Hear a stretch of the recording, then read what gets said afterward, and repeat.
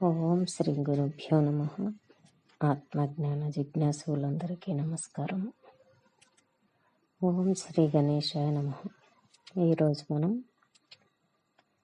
పుష్పాష్టక మానస పూజ గురించి తెలుసుకుందాం.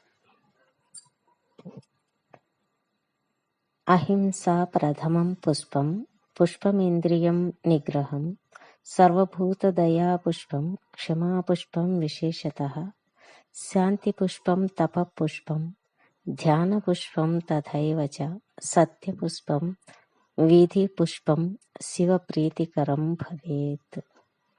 శివ, ఈ పుష్పాష్టకంతో నీవు తృప్తుడవగుదువుగాక. తొలి పుష్పంగా అహింసతో నిన్ను ఆరాధిస్తున్నాను. మలిపువ్వుగా నా సర్వేంద్రియాల చాపల్యాన్ని అరికట్టిన ఫలంతో సేవిస్తున్నాను. అన్ని భూతాలయందు కూడా దయాదృష్టులతో ప్రవర్తించడమనే గుణాన్ని ఒక పుష్పంగా నీకు సమర్పిస్తున్నాను.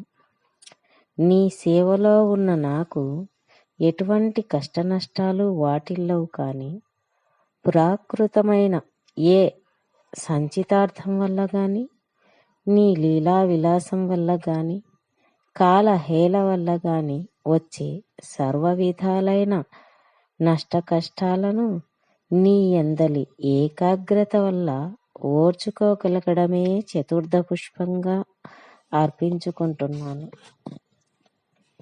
ఎటువంటి అపకారినైనా ఘాతకుడినైనా నిర్మలంగా స్వీకరించే శాంతినే 5వ పువ్వుగా అర్చిస్తున్నాను. తపస్సు 6వ పుష్పం. నిత్యం నీ గురించిన ధ్యానమే 7వ పుష్పం. స్థితిగతుల వల్ల కానీ, ఇతరమైన ఏ వివాదాల వల్ల కానీ, శంభో, అసత్యం పలకకుండా సత్యాన్నే పలకాలని ఎరిగినవి అయిన విషయాలన్నీ సత్యపుష్ప రూపంలో సమర్పిస్తున్నాను. ఇది పుష్పాష్టకం. నిజానికి ఈ 8 గుణాలు ఎవరిలో ఉన్నాయో వారు వేరే పూజలు చేయనక్కరలేదు.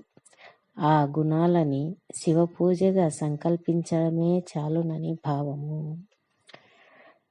తెలుసుకున్నాం కదా పుష్పాష్టక మానస పూజ గురించి.